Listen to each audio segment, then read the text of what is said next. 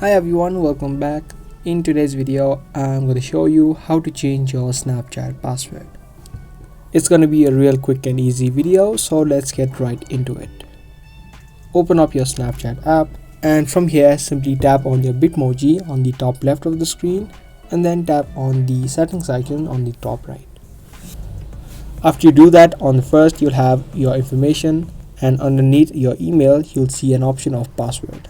Now you can first enter in your current password. If you don't remember your password, you won't be able to change it right away and you will need to reset it instead of changing it.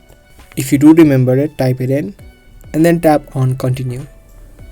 Now in the next section you can see there are two boxes where you basically need to type and create a new password, and in the second box you need to reconfirm it.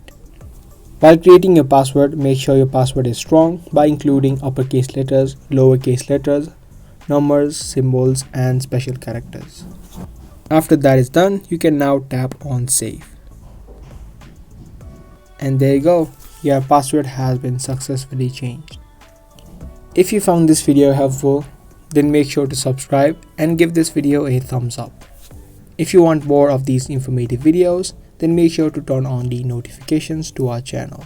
That's going to be all for today, and I'll be back with more.